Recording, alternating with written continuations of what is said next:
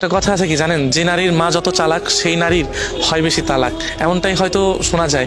কিন্তু এটা অন্তত মানতে হবে, যে নারী মায়ের কথা শুনে সংসারটাকে নিজের মতো করে আয়ত্ত করতে চায় না, সেই নারী কখনোই সংসারকে সুন্দর করতে পারে না। কারণ ওই সংসারে অশান্তি নেমে আসবে, ওই সংসারে কোনোদিনও সুখ যে কী জিনিস ওই নারী কখনোই পাবে না। আপনি আপনার মায়ের কথা শুনবেন, দেখবেন আপনার সংসারটা আস্তে আস্তে সমস্ত সংসারটাকে তছনছ করে দিচ্ছেন। কারণ আপনার সংসারটাকে আপনার গুছাইতে হবে। এমন অনেক সংসার আছে জানেন, যে নারীরা না ওই মায়ের বাপের বাড়ির কথা শুনে, মায়ের কথা শুনে বা অনেক আত্মীয় স্বজনের কথা শুনে না নিজের স্বামীকে ফোর্স করে, নিজের সংসারটাকে নষ্ট করে, নিজের শ্বশুর শাশুড়ির সাথে ভালো আচরণ করার চেষ্টা করে না। এই জিনিসটা একটু খেয়াল করে রাখবেন, যে দেখবেন কি যে নারী বাপের বাড়ির কথা শুনতেছে, যে নারী বাপের বাড়ির প্রতি টান বেশি, ওই নারীর সংসারে তত সমস্যা বেশি। এমন আমাদের সমাজে অনেক অনেক আছে, অনেক অনেক। কিন্তু আমরা অন্তত এটা বুঝতে চাই না যে আমার সংসার, আমার শ্বশুর বাড়ি। ওই যে কথায় আছে না, শাশুড়ি কখনো মা হয় না, আর শাশুড়ির দিক দিয়ে কথায় আছে যে ছেলের বউ কখনো নিজের মেয়ে হয় না। আসলে এই কথাগুলো সত্যি, যে শাশুড়ি কোনোদিনও আপনার মা হইতে পারবে না।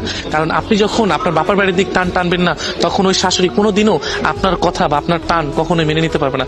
কারণ একজন মা তার সন্তানকে ছোটবেলা থেকে গড়েও তুলে, বড় করে তোলে, সেই মায়েরও অধিকার থাকে যে আমার সন্তানকে নিয়ে আমি ভালো থাকি, আমার সন্তানকে নিয়ে আমিও একটু ভালো থাকার চেষ্টা করি, আমার ছেলের বউ আমাকে যত্ন করুক, আমার দিকে একটু খেয়াল করে দেখুন। কিন্তু আপনি যখনই আপনার মায়ের কথা বা আপনার বাবার বাড়ির কথা শুনে নিজের সংসারে বাবার বাড়ির মতো করে আয়ত্ত করতে যাবেন, তখনই আপনার জীবনের সংসারে অশান্তি নেমে আসবে। এই জন্য এই জিনিসগুলো থেকে বিরত থাকবেন, কারণ আপনার মায়ের চালাকির কারণে আপনার সংসারে অশান্তি নেমে আসবে।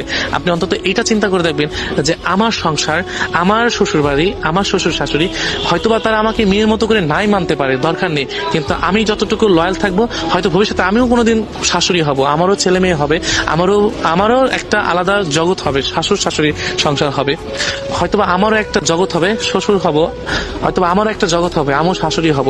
সেদিন হয়তো আমাকেও এই জিনিসটা ফেস করতে হবে। এই চিন্তা করে না বাবার বাড়ির কথা ছেড়ে নিজের মতো করে চলেন, নিজের সংসারটাকে সুন্দর করার চেষ্টা করেন। কিন্তু আমি দেখেছি যতবারই যে নারী কখনো যখন বাবার বাড়ির কথা শুনেছে, তখনই ওই নারীর সংসারে অশান্তি নেমে এসেছে।